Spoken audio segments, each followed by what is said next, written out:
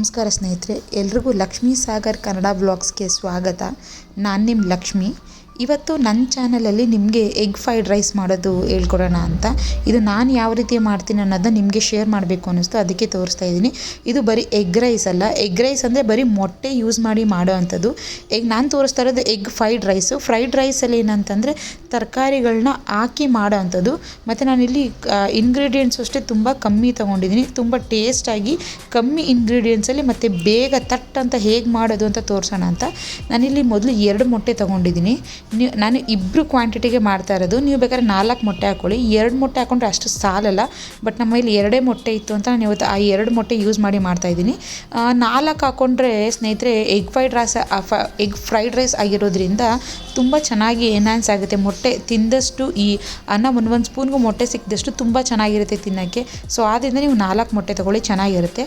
ಮತ್ತು ಇದಕ್ಕೆ ನಾನು ಸ್ವಲ್ಪ ತರಕಾರಿಗಳು ತೊಗೊಂಡಿದ್ದೀನಿ. ಏನೇನೆಂದರೆ ಒಂದು ಸ್ವಲ್ಪ ಹುಳ್ಳಿಕಾಯಿ ಮತ್ತು ದಪ್ಪ ಮೆಣಸಿನ್ಕಾಯಿ ಮತ್ತು ಈರುಳ್ಳಿ, 1.5 ಈರುಳ್ಳಿನ ನಾನು ಉದ್ದುದ್ದಕ್ಕೆ ಕಟ್ ಮಾಡ್ಕೊಂಡಿದ್ದೀನಿ.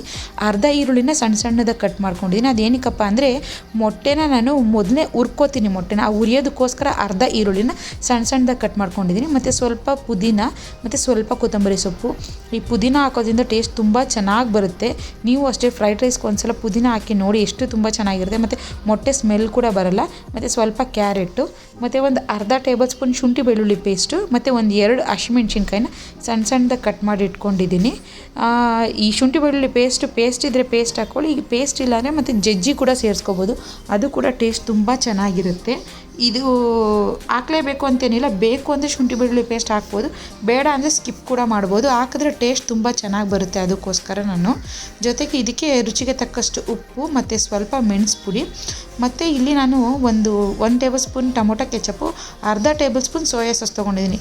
ಇದು ಕಂಪ್ಲೀಟ್ಲಿ ಆಪ್ಷನಲ್ಲು, ಹಾಕಲೇಬೇಕು ಅಂತೇನಿಲ್ಲ. ಇಷ್ಟ ಇರೋರು ಹಾಕ್ಬೋದು, ಇಲ್ಲಾಂದರೆ ಇದನ್ನು ಕಂಪ್ಲೀಟ್ಲಿ ಸ್ಕಿಪ್ ಕೂಡ ಮಾಡ್ಬೋದು. ಇಷ್ಟೇ ಸ್ನೇಹಿತರೆ. ಇಷ್ಟು ಇಟ್ಕೊಂಡು ಎಗ್ ಫ್ರೈಡ್ ರೈಸ್ ಮಾಡೋದು ಹೇಗೆ ಅಂತ ನಿಮಗೆ ತೋರಿಸ್ಕೊಡ್ತೀನಿ ಬನ್ನಿ. ಇಲ್ಲಿ ಇದಕ್ಕೆ ನಾನು ಆಗಲೇ ಹೇಳ್ದಂಗೆ ಎಲ್ಲ ತರಕಾರಿಗಳನ್ನೂ ಸಣ್ಣದಾಗಿ ಈ ಥರ ಶೇಪಲ್ಲಿ ಕಟ್ ಮಾಡಿ ಇಟ್ಕೊಂಡಿದ್ದೀನಿ. ನೀವು ಅಷ್ಟೇ ನಿಮ್ಗೆ ಯಾವ ಥರ ಇಷ್ಟನೋ ಆ ಥರ ಕಟ್ ಮಾಡ್ಕೊಳ್ಳಿ. ಇದೇ ಥರ ನಾನು ತೋರಿಸಿರೋ ಥರನೇ ಕಟ್ ಮಾಡಬೇಕು ಅಂತೇನಿಲ್ಲ. ನಿಮ್ಗೆ ಯಾವ ಥರ ಇಷ್ಟನೋ ಆ ಥರ ಕಟ್ ಮಾಡ್ಕೊಳ್ಳಿ. ಇಷ್ಟೇ. ಇದನ್ನು ಇಟ್ಕೊಂಡು ಈಗ ಯಾವ ಥರ ಎಗ್ ಫ್ರೈಡ್ ರೈಸ್ ಮಾಡೋದು ಅಂತ ತೋರಿಸ್ಕೊಡ್ತೀನಿ ಬನ್ನಿ. ಮೊದಲು ನಾನಿಲ್ಲಿ ಒಂದು ಬಾಣಲಿ ಇಟ್ಕೊಂಡಿದ್ದೀನಿ. ಈ ಬಾಣಲಿ ಸ್ವಲ್ಪ ಬಿಸಿ ಆದಮೇಲೆ ಇದಕ್ಕೆ ಮೊದಲು ನಾವು ಮೊಟ್ಟೆನ ಹುರಿದು ಎತ್ತಿಕೋಬೇಕು ಸ್ನೇಹಿತರೆ. ಎಗ್ ಫ್ರೈಡ್ ರೈಸ್ಗೆ ಏನಂತಂದರೆ ಮೊಟ್ಟೆನೇ ಅನ್ನಕ್ಕೆ ಹಾಕಿ ಕಲಸೋದಕ್ಕಿಂತ ಈಗ ಒಬ್ಬೊಬ್ರು ಏನು ಮಾಡ್ತಾರೆ, ತರಕಾರಿ ಜೊತೆಗೆ ಮೊಟ್ಟೆ ಹಾಕಿ ಹುರಿದು ಬಿಡ್ತಾರೆ. ಆಗ ಅದು ಮೊಟ್ಟೆ ಬೆಂದಿರಲ್ಲ, ತರಕಾರಿ ಹಸಿ ಇರುತ್ತೆ, ಹಿಡಿದ್ಬಿಡುತ್ತೆ, ತಿನ್ನೋಕ್ಕೆ ಟೇಸ್ಟ್ ಇರಲ್ಲ, ಒಂಥರ ಆಗುತ್ತೆ. ಸೊ ಆದ್ದರಿಂದ ಈಗ ನಾನು ತೋರಿಸ್ತೀನಲ್ಲ ಆ ಥರ ವಿಧಾನದಲ್ಲಿ ಒಂದು ಸಲ ಮಾಡಿ ನೋಡಿ, ತುಂಬ ಚೆನ್ನಾಗಿ ಬರುತ್ತೆ. ಮೊದಲು ನಾನಿಲ್ಲಿ 1 ಟೇಬಲ್ ಸ್ಪೂನ್ ಅಂದರೆ 1 ಟೇಬಲ್ ಸ್ಪೂನ್ಗಿಂತ ಕಮ್ಮಿ ಅಷ್ಟು ಎಣ್ಣೆ ಹಾಕ್ಕೊಂಡಿದ್ದೀನಿ. ನೀವು ಎಣ್ಣೆ ಬೇಕಾದ್ರೆ ಜಾಸ್ತಿ ಹಾಕ್ಕೋಬೋದು, ಆದರೆ ನಾನಿಲ್ಲಿ ಕಮ್ಮಿ ಪ್ರಮಾಣದಲ್ಲಿ ಎಣ್ಣೆಯಲ್ಲಿ ಮಾಡೋದು ಹೇಗೆ ಅಂತ, ಈ ಡಯಟ್ ಕಾನ್ಷಿಯಸ್ ಇರ್ತಾರಲ್ಲ ಅಂಥವ್ರಿಗೆಲ್ಲರಿಗೂ ಅಷ್ಟೇ ತುಂಬ ಒಳ್ಳೆಯದು. ಇದು ಈಸಿಯಾಗಿ ಕ್ವಿಕ್ಕಾಗಿ ಮಾಡ್ಕೋಬೋದು. ಸೊ ಈಗ ಬಾಣಲಿ ಕಾದಿದೆ, ಇದಕ್ಕೆ 1 ಟೇಬಲ್ ಸ್ಪೂನ್ ಎಣ್ಣೆ ಹಾಕ್ಕೊಂಡಿದ್ದೀನಿ. ಇದಕ್ಕೆ ನಾನು ಆಗಲೇ ಹೇಳ್ದಂಗೆ ನಾನು 2 ಮೊಟ್ಟೆ ತೊಗೊಂಡಿದ್ದೀನಿ. ಆ 2 ಮೊಟ್ಟೆನ ಒಡೆದು ಸೇರಿಸ್ಕೊತಾ ಇದ್ದೀನಿ. ನಿಮ್ಗೆ ಈ ಥರ ಒಡೆಯೋಕ್ಕೆ ಬರಲ್ಲ, ಈ ಮೊಟ್ಟೆದು ಪೀಸ್ ಇರುತ್ತಲ್ಲ ಒಂಥರ ವೈಟಿಗಿರೋದು, ಅದೆಲ್ಲ ಬಿದೋಗುತ್ತೆ ಅಂತ ಭಯ ಇರೋರು ಸಪ್ರೇಟ್ ಒಡೆದು ಒಂದು ಬಟ್ಲಿಗೋ ಇಲ್ಲ ಲೋಟಕ್ಕೋ ಹಾಕ್ಕೊಂಡು ಆಮೇಲೆ ಬೇಕಾದ್ರೆ ಈ ಥರ ಇದಕ್ಕೆ ಹಾಕ್ಕೊಳ್ಳಿ. ಇಲ್ಲ ನಮಗೆ ಮೊಟ್ಟೆ ಒಡೆಯೋಕ್ಕೆ ನೀಟಾಗಿ ಬರ್ತದೆ, ಈ ಥರ ಡೈರೆಕ್ಟಾಗಿ ಬಾಣಲಿಗೆ ಹೊಡ್ಕೊಬೋದು ನೀವು. ಈ ಥರ ಹೊಡ್ಕೊಂಡಾದ್ಮೇಲೆ ನೀಟಾಗಿ ಅದನ್ನು ಒಂದು 2 ನಿಮಿಷ ಬಿಡಿ, ಮೊಟ್ಟೆ ಸ್ವಲ್ಪ ಇದಾಗಲಿ. ಆದಮೇಲೆ ಇದಕ್ಕೆ ಮೊಟ್ಟೆಗೆ ಮಾತ್ರ ಒಂದು ಸ್ವಲ್ಪ ಉಪ್ಪು ಹಾಕ್ಕೊಳ್ಳಿ, ತುಂಬ ಜಾಸ್ತಿ ಹಾಕೋಬಿಡಿ.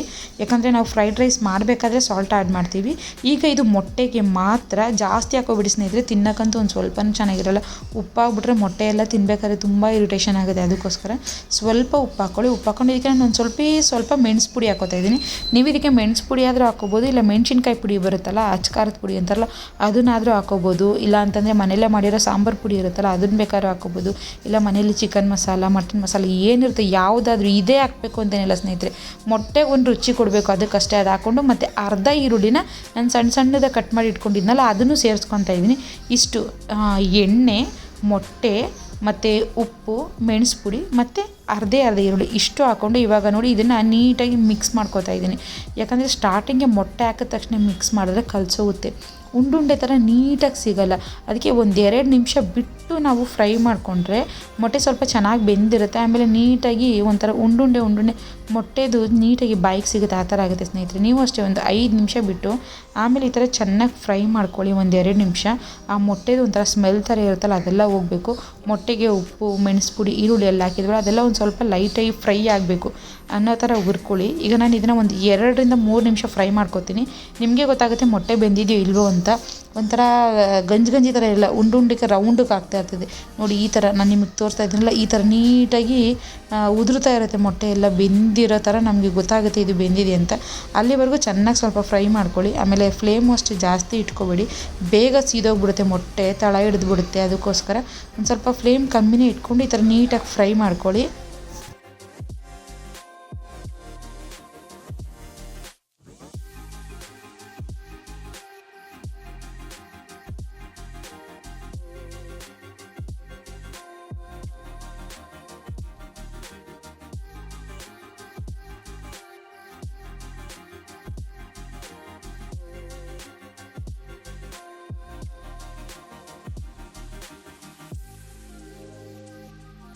ಈಗ ಫ್ರೈ ಆಯಿತು ನೀಟಾಗಿ. ಫ್ರೈ ಆದಮೇಲೆ ನಾನು ಇದನ್ನೆಲ್ಲ ತೊಗೊಂಡು ಒಂದು ಬೌಲ್ಗೆ ಹಾಕ್ಕೊತಾ ಇದ್ದೀನಿ. ಇದನ್ನು ಒಂದು ಬೌಲ್ ಎತ್ತಿಕೊಂಡು ಸೇಮ್ ಇದೇ ಬಾಣಲಿ ಯೂಸ್ ಮಾಡಿ ನಾವು ಫ್ರೈಡ್ ರೈಸ್ ಮಾಡೋಣ. ಅದಕ್ಕೋಸ್ಕರ ನಾವು 2 ಆದರೆ ಪಾತ್ರೆ ತೊಳಿಯೋಕ್ಕೂ ಕಷ್ಟ ಆಗುತ್ತಲ್ವ. ಸೊ ಅದರಿಂದ ಇದೇ ಬಾಣಲಿಲೇ ಹುರಿದು ನೀಟಾಗಿ ಎತ್ತಿಕೊಬಿಡೋಣ. ನೀಟಾಗಿ ಒಂದು ಕಡೆ ಎಲ್ಲ ಸಪ್ರೇಟ್ ಮಾಡಿಕೊಂಡು ಈಗ ಅದೇ ಬಾಣಲಿಗೆ ಸ್ವಲ್ಪ ಎಣ್ಣೆ ಹಾಕ್ಕೊಳ್ಳೋಣ.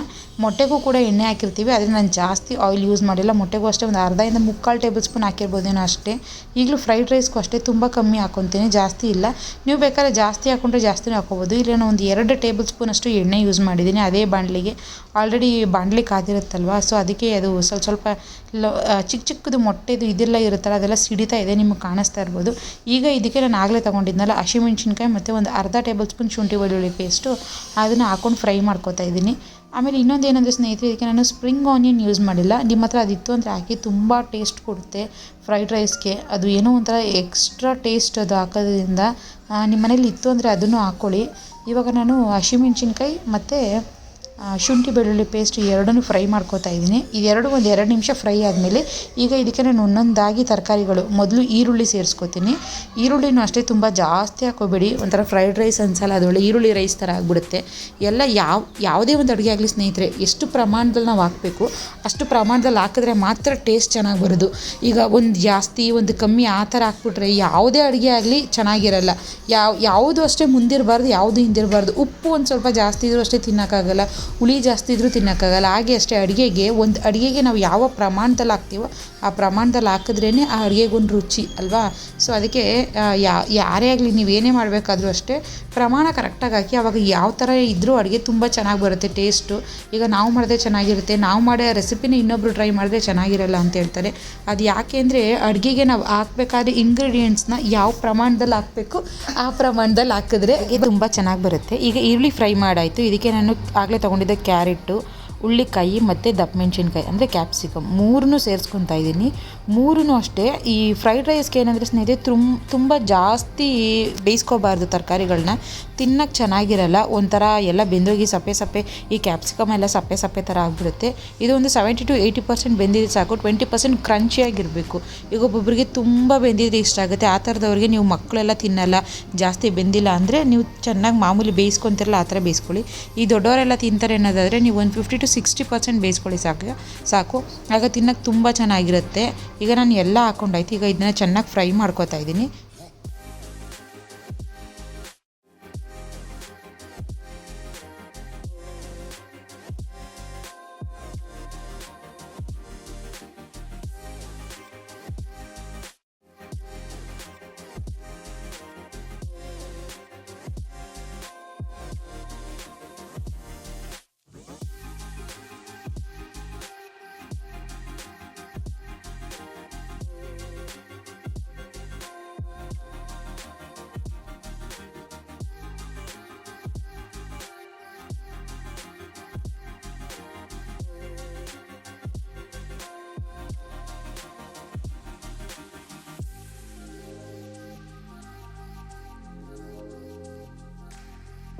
ಈಗ ಒಂದು 10 ನಿಮಿಷ ಚೆನ್ನಾಗಿ ಫ್ರೈ ಮಾಡ್ಕೊಂಡ್ಮೇಲೆ ಇದಕ್ಕೆ ನಾನು ಸ್ವಲ್ಪ ಉಪ್ಪು ಆ್ಯಡ್ ಮಾಡ್ಕೊತಾ ಇದ್ದೀನಿ. ತರಕಾರಿಗೆ ಚೆನ್ನಾಗಿ ಉಪ್ಪು ಹಿಡೀಲಿ ಅಂತ ಅಂದ್ಬಿಟ್ಟು ಸ್ನೇಹಿತರೆ. ಆಗಲೇ ಮೊಟ್ಟೆಗೂ ಕೂಡ ಸ್ವಲ್ಪ ಉಪ್ಪು ಹಾಕ್ಕೊಂಡಿದ್ದೀನಿ. ನೀವು ಉಪ್ಪು ಸೇರಿಸ್ಕೋಬೇಕಾದ್ರೆ ನೋಡಿ ಸೇರಿಸ್ಕೊಳ್ಳಿ, ಯಾಕಂದರೆ ಉಪ್ಪು ಜಾಸ್ತಿ ಹಾಕೋಬೇಡಿ, ತಿನ್ನೋಕ್ಕೆ ಚೆನ್ನಾಗಿರಲ್ಲ. ಆಮೇಲೆ ತರಕಾರಿಗೂ ಅಷ್ಟೇ ಜಾಸ್ತಿ ಉಪ್ಪು ಹಿಡಿದ್ಬಿಟ್ರೆ ತಿನ್ನೋಕ್ಕೆ ಚೆನ್ನಾಗಿರಲ್ಲ. ಅದಕ್ಕೆ ಈಗ ನಾನು ಸ್ವಲ್ಪ ಸೇರಿಸ್ಕೊತಾ ಇದ್ದೀನಿ. ನೀವು ಅನ್ನ ಮಿಕ್ಸ್ ಮಾಡ್ಕೊಂಡ ಮೇಲೆ ಬೇಕಾದರೆ ಒಂದು ಸಲ ಟೇಸ್ಟ್ ನೋಡಿ ಉಪ್ಪು ಕರೆಕ್ಟಾಗಿತ್ತು ಇಲ್ಲಾಂದರೆ ಆ ಟೈಮಲ್ಲಿ ಕೂಡ ಹಾಕೋಬೋದು. ಈಗ ಉಪ್ಪು ಹಾಕಿದ್ದು ಬಂದು ನಾನು ತರಕಾರಿಗೆ ಉಪ್ಪು ಹಿಡೀಲಿ ಅಂತ. ಈಗ ನಿಮ್ಗೆ ಆಗಲೇ ತೋರಿಸಿದ್ನಲ್ಲ ಪುದೀನ ಮತ್ತು ಸ್ವಲ್ಪ ಕೊತ್ತಂಬರಿ ಸೊಪ್ಪು ಅದೆರಡನ್ನೂ ಸೇರಿಸ್ಕೊತಾ ಇದ್ದೀನಿ. ಅದೆರಡು ಸೇರಿಸ್ಕೊಂಡು ಈಗ ಒಂದು ಸಲ ಮಿಕ್ಸ್ ಕೊಟ್ಕೊತಾ ಇದ್ದೀನಿ. ಈ ಪುದೀನ ಹಾಕೋದ್ರಿಂದ ಈ ಫ್ರೈಡ್ ರೈಸ್ಗೆ ಒಂಥರ ಟೇಸ್ಟೇ ಒಂಥರ ಚೇಂಜ್ ಇರುತ್ತೆ, ತುಂಬ ಚೆನ್ನಾಗಿರುತ್ತೆ. ಒಂದು ಸಲ ನೀವು ಅಷ್ಟೇ ಹಾಕಿ ಟ್ರೈ ಮಾಡಿ. ಪುದೀನ ಇದ್ದರೆ ಹಾಕ್ಕೊಳ್ಳಿ, ಹಾಕಲೇಬೇಕು ಕಂಪಲ್ಸರಿ ಅಂತೇನಿಲ್ಲ, ಇಲ್ಲ ಅಂದರೆ ಸ್ಕಿಪ್ ಕೂಡ ಮಾಡ್ಬೋದು.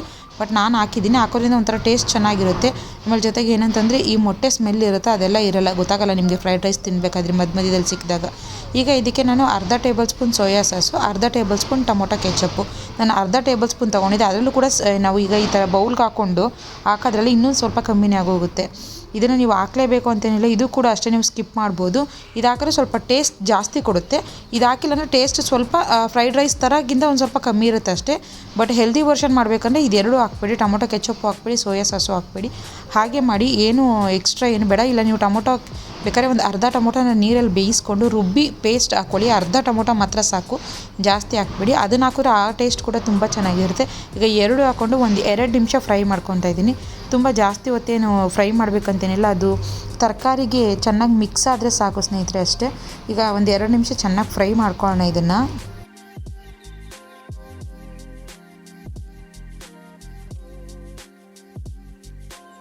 ಈಗ ಒಂದು 2 ನಿಮಿಷ ಫ್ರೈ ಆಯಿತು ಈಗ ತರಕಾರಿ ಚೆನ್ನಾಗಿ. ಈಗ ನಾನು ಆಗಲೇ ಹುರಿದು ಇಟ್ಕೊಂಡಿದ್ನಲ್ಲ ಮೊಟ್ಟೆ, ಅದನ್ನು ಸೇರಿಸ್ಕೊತಾ ಇದ್ದೀನಿ. ನಾನು ಆಗಲೇ ಹೇಳ್ದಂಗೆ ನಾನು 2 ಮೊಟ್ಟೆ ತೊಗೊಂಡಿದ್ದೀನಿ. ಸೊ ಇದು ಸ್ವಲ್ಪ ಫ್ರೈಡ್ ರೈಸ್ಗೆ ಸ್ವಲ್ಪ ಎಗ್ ಕಮ್ಮಿ ಆದಂಗೆ ಅನಿಸುತ್ತೆ. ನೀವು 4 ಮೊಟ್ಟೆ ಸೇರಿಸ್ಕೊಳ್ಳಿ, ತುಂಬ ಚೆನ್ನಾಗಿರುತ್ತೆ. ಈ ಎಗ್ ರೈಸ್ ಅಂತಂದರೆ, ಎಗ್ ಫ್ರೈಡ್ ರೈಸ್ ಅಂದ್ರೆ ಮೊಟ್ಟೆನೇ ಜಾಸ್ತಿ ಇರಬೇಕು. ಸೊ ತುಂಬ ಚೆನ್ನಾಗಿರುತ್ತೆ. ನಾನು ತರಕಾರಿನೂ ಹಾಕಿದ್ದೀನಲ್ಲ, ಸೊ 2 ಇತ್ತು ಅಂತ 2 ಯೂಸ್ ಮಾಡಿದ್ದೀನಿ. ನೀವು 4 ಇದ್ದರೆ 4 ಹಾಕ್ಕೊಳ್ಳಿ, ತುಂಬ ಚೆನ್ನಾಗಿರುತ್ತೆ ಆವಾಗ. ಈಗ ಇದನ್ನು ಹಾಕ್ಕೊಂಡು ಈಗ ಒಂದು ಸಲ ಮಿಕ್ಸ್ ಕೊಟ್ಕೊಂಡೆ. ಈಗ ಅದು ಮಿಕ್ಸ್ ಆದಮೇಲೆ ಈಗ ನಾನು ಬಿಸಿ ಅನ್ನ ಮಾಡಿ ಇಟ್ಕೊಂಡಿದ್ದೆ, ಆ ಅನ್ನ ಸೇರಿಸ್ಕೊತಾ ಇದ್ದೀನಿ. ನೀವು ಬೇಕಾದರೆ ಈ ರಾತ್ರಿ ರೈಸ್ ಇರುತ್ತಲ್ಲ ಅದನ್ನು ಕೂಡ, ಬಟ್ ಏನಂತಂದರೆ ರಾತ್ರಿ ರೈಸ್ ಮಿಕ್ಸ್ ಮಾಡಿದ್ರೆ ನಾವು ಆವಾಗಲೇ ತಿನ್ಬಿಡ್ಬೇಕಾಗುತ್ತೆ. ಈ ಮಧ್ಯಾಹ್ನಕ್ಕೆಲ್ಲ ಬಾಕ್ಸ್ಗೆಲ್ಲ ಹಾಕೋಕ್ಕಾಗಲ್ಲ, ಹುಳಿ ಬಂದ್ಬಿಡುತ್ತೆ ಅನ್ನ ಅಂತ. ಸೊ ಆದ್ದರಿಂದ ಬಿಸಿ ರೈಸಲ್ಲಿ, ಬಿಸಿ ಅನ್ನದಲ್ಲಿ ಮಾಡ್ತಾಯಿದ್ದೀನಿ ನಾನು. ನೀವು ಬೇಕಾದರೆ ಈಗ ನೈಟ್ ಟೈಮ್ ತಿನ್ನೋಕ್ಕೆ, ಈವ್ನಿಂಗ್ ಟೈಮ್ ತಿನ್ನೋಕ್ಕೆ ಬೆಳಗ್ಗೆ ಮಾಡಿರೋ ರೈಸ್ ಆ ಥರದಲ್ಲೆಲ್ಲ ಯೂಸ್ ಮಾಡಿದ್ರೆ ಅದರಲ್ಲೂ ತುಂಬ ಚೆನ್ನಾಗಿ ಬರುತ್ತೆ. ಈಗ ನಾನು ಇದರಲ್ಲಿ ಬಿಸಿ ಅನ್ನ ಮಾಡಿ ಇಟ್ಕೊಂಡಿದ್ದ ಸೇರಿಸ್ಕೊಂಡು ಈಗ ನೀಟಾಗಿ ಮಿಕ್ಸ್ ಕೊಟ್ಕೊತಾ ಇದ್ದೀನಿ. ಆಮೇಲೆ ತುಂಬ ಜಾಸ್ತಿ ಕಲ್ಸಕ್ಕೆ ಹೋಗ್ಬೇಡಿ, ಮೊಟ್ಟೆ ಇನ್ನೂ ಜಾಸ್ತಿ ಒಡೆದೋಗ್ಬಿಡುತ್ತೆ. ಸ್ವಲ್ಪ ನಿಧಾನಕ್ಕೆ ಮಿಕ್ಸ್ ಮಾಡ್ಕೊಳ್ಳಿ. ಒಂದು 2 ನಿಮಿಷ ನಿಧಾನಕ್ಕೆ ಮಿಕ್ಸ್ ಮಾಡಿಕೊಂಡ್ರೆ ಮೊಟ್ಟೆ ಉಂಡುಂಡೆ ಥರ ಇರುತ್ತಲ್ಲ ಆ ಥರ ಅದೇ ಥರ ಇರುತ್ತೆ. ಆಗ ತಿನ್ನೋಕ್ಕೆ ತುಂಬ ಚೆನ್ನಾಗಿರುತ್ತೆ. ತುಂಬ ಜಾಸ್ತಿ ಕಲಿಸ್ಬಿಟ್ರೆ ಏನಾಗೋಗುತ್ತೆ, ಎಲ್ಲ ಕಲಸೋಗುತ್ತೆ ಮೊಟ್ಟೆ ಗಿಟ್ಟೆ ಎಲ್ಲ. ಆಮೇಲೆ ನೋಡಿ, ನಾನು ಇದಕ್ಕೆ ಬೇರೆ ಯಾವುದೇ ರೀತಿಯಾದ ಇದು ಆ್ಯಡ್ ಮಾಡಿಲ್ಲ. ವೈಟ್ಗೆ ಕಲರಾಗಿ ಎಷ್ಟು ಚೆನ್ನಾಗಿ, ತರಕಾರಿನೂ ಅಷ್ಟೇ ತುಂಬ ಚೆನ್ನಾಗಿ ಬೆಂದಿರುತ್ತೆ. ತುಂಬ ಟೇಸ್ಟ್ ಒಂಥರ ಚೆನ್ನಾಗಿರುತ್ತೆ ಸ್ನೇಹಿತರೆ. ಉಪ್ಪು ಖಾರ ಹುಳಿ ಎಲ್ಲ ಆ್ಯಡ್ ಆಗಿದೆ ಇದರಲ್ಲಿ. ಸೊ ತಿನ್ನೋಕ್ಕೂ ಅಷ್ಟೇ ಚೆನ್ನಾಗಿರುತ್ತೆ. ಮಕ್ಕಳಿಗೆಲ್ಲ ಈವ್ನಿಂಗ್ ಟೈಮು ನೀವು ಕೇಳಿದಾಗ, ಇಲ್ಲ ಮಧ್ಯಾಹ್ನದ್ದು ಲಂಚ್ ಬಾಕ್ಸ್ಗೆ ತುಂಬ ಚೆನ್ನಾಗಿರುತ್ತೆ. ಈ ಸಂಡೇ ಟೈಮು ಮಕ್ಳು ಏನಾದ್ರು ಸ್ಪೆಷಲಾಗಿ ಬೇಕು ಅಂದಾಗ ಈ ಥರ ಒಂದು ಎಗ್ ರೈಸ್ ಮಾಡಿಕೊಡಿ, ತುಂಬ ಇಷ್ಟಪಟ್ಟು ತಿಂತಾರೆ. ಮತ್ತು ತರಕಾರಿ ಎಲ್ಲ ಯಾವ ಮಕ್ಕಳು ತಿನ್ನಲ್ಲ ಅಂತಾರೋ ಅವ್ರಿಗೆ ಈ ಥರ ಮಾಡಿಕೊಡಿ. ಸೊ ಎಗ್ ರೈಸ್ ಆಗಿರೋದ್ರಿಂದ ನನ್ನ ಮಕ್ಕಳು ಹೇಗೆ ಮಾಡಿಕೊಟ್ರು ಬಿಸಾಕ್ತಾರೆ, ಬಟ್ ಅವ್ರು ಒಬ್ಬೊಬ್ಬರು ಈ ಥರ ಮಾಡಿಕೊಟ್ಟಾಗ ಇಷ್ಟಪಟ್ಟು ತಿಂತಾರೆ. ಯಾಕಂದರೆ ರುಚಿ ಅಷ್ಟು ಚೆನ್ನಾಗಿ ಹಿಡಿದಿರುತ್ತೆ, ಇದಕ್ಕೆ ಮೊಟ್ಟೆ ಎಲ್ಲ ಸೇರಿರುತ್ತಲ್ಲ, ಸೊ ತಿಂತಾರೆ. ನೋಡಿ ಎಷ್ಟು ಉದ್ದುದ್ರಾಗಿ ನೀಟಾಗಿ ಬಂದಿದೆ ಅಂತ ನಾನು ನಿಮ್ಗೆ ತೋರಿಸ್ತಾ ಇದ್ದೀನಿ. ನೀವು ಅಷ್ಟೇ ಸ್ನೇಹಿತರೆ, ಮನೇಲಿ ಒಂದು ಸಲ ನಾನು ಮಾಡಿರೋ ರೀತಿಲಿ ಒಂದು ಸಲ ಟ್ರೈ ಮಾಡಿ ಹೇಗೆ ಬಂತು ಅಂತ ಕಮೆಂಟ್ ಮುಖಾಂತರ ತಿಳಿಸಿ. ಹಾಗೆ ಇನ್ನೂ ಯಾರೆಲ್ಲ ನನ್ನ ಚಾನಲ್ನ ಸಬ್ಸ್ಕ್ರೈಬ್ ಮಾಡಿಲ್ವೋ ಅವರೆಲ್ಲ ಪ್ಲೀಸ್ ಸಬ್ಸ್ಕ್ರೈಬ್ ಮಾಡ್ಕೊಂಡು ನೋಡಿ. ಹಾಗೆ ಫ್ಯಾಮಿಲಿ ಫ್ರೆಂಡ್ಸ್ ಜೊತೆ ವಿಡಿಯೋ ಶೇರ್ ಮಾಡಿ, ಲೈಕ್ ಮಾಡಿ, ಹಾಗೆ ಕಮೆಂಟ್ ಮಾಡಿ. ನೋಡಿ, ನಿಮಗೆ ತೋರಿಸ್ತಾ ಇದ್ದೀನಿ ಫೈನಲ್ ಲುಕ್ಕು ಎಗ್ ರೈಸ್ದು ಎಷ್ಟು ಚೆನ್ನಾಗಿ ಬಂದಿದೆ ಅಂತ. ರೈಸು ಅಷ್ಟೇ ಎಷ್ಟು ಉದ್ದುದ್ರಾಗಿ ಮಾಡಿದ್ದೀವಿ. ನೀವು ಅಷ್ಟೇ ಅನ್ನ ಮಾಡಬೇಕಾದ್ರೆ ಎಗ್ ರೈಸ್ಗೆಲ್ಲ ಅನ್ನ ಬಿಸಿ ಮಾಡಿರೋ ಅನ್ನನ ಸ್ವಲ್ಪ ಒಂದು ಬಾಣಲೆಗೆ ಒಂದು ಪ್ಲೇಟ್ಗೆ ಹಾಕ್ಕೊಂಡು ಸ್ವಲ್ಪ ಆರಾಕ್ಬಿಟ್ಟು ಆಮೇಲೆ ಕಲ್ಸಕ್ಕೆ ಹಾಕ್ಕೊಳ್ಳಿ. ಆಗ ಉದ್ದುದ್ರಾಗಿ ಬರುತ್ತೆ. ಈ ಬಿಸಿ ಅನ್ನನ ಹಾಕಿ ಕಲಿಸ್ಬಿಟ್ರೆ ಮುದ್ದೆ ಥರ ಆಗಿಬಿಡುತ್ತೆ. ಅದಕ್ಕೆ ಮಾಡಬೇಕು ಅಂದಾಗಲೇ ಅನ್ನನ ಸಪ್ರೇಟ್ ಎತ್ತಿಕೊಂಡಿರಿ. ನೋಡಿ, ಇದು ಫೈನಲ್ ಲುಕ್ಕು ಸ್ನೇಹಿತರೆ. ಸರ್ವ್ ಮಾಡಿ ತೋರಿಸ್ತಾ ಇದ್ದೀನಿ ಎಗ್ ರೈಸು. ತುಂಬ ಚೆನ್ನಾಗಿ ಬಂದಿತ್ತು. ಉಪ್ಪು ಹುಳಿ ಖಾರ 3 ನಾನು ಆಗಲೇ ಹೇಳ್ದಂಗೆ ಉಪ್ಪು ಹುಳಿ ಖಾರ 3 ಕರೆಕ್ಟಾಗಿ ಹಾಕಿದ್ರೆ ಯಾವುದೇ ಅಡುಗೆ ಆದರೂ ಅಷ್ಟೇ ತುಂಬ ಚೆನ್ನಾಗಿ ಬರುತ್ತೆ. ಇದು ಅಷ್ಟೇ ಚೆನ್ನಾಗಿ ಬಂದಿತ್ತು. ನೀವು ಮನೇಲಿ ಟ್ರೈ ಮಾಡಿ ಎಲ್ಲರೂ ಕಮೆಂಟ್ ಮುಖಾಂತರ ತಿಳಿಸಿ. ಆಮೇಲೆ ಇನ್ನೊಂದು, ನನ್ನ ಯಾರು ಚಾನಲ್ನ ಸಬ್ಸ್ಕ್ರೈಬ್ ಮಾಡಿಲ್ಲೋ ಅವರೆಲ್ಲ ಪ್ಲೀಸ್ ಸಬ್ಸ್ಕ್ರೈಬ್ ಮಾಡ್ಕೊಂಡು ನೋಡಿ. ಫ್ಯಾಮಿಲಿ ಫ್ರೆಂಡ್ಸ್ ಜೊತೆಗೆ ಶೇರ್ ಮಾಡಿ ಸ್ನೇಹಿತರೆ. ನಾಳೆ ಮತ್ತೊಂದು ವಿಡಿಯೋ ಜೊತೆಗೆ ಹೊಸ ರೆಸಿಪಿ ಜೊತೆಗೆ ನಿಮ್ಮನ್ನು ಭೇಟಿ ಆಯ್ತೀನಿ. ಅಲ್ಲಿವರೆಗೂ ಧನ್ಯವಾದಗಳು. Signing off Lakshmi.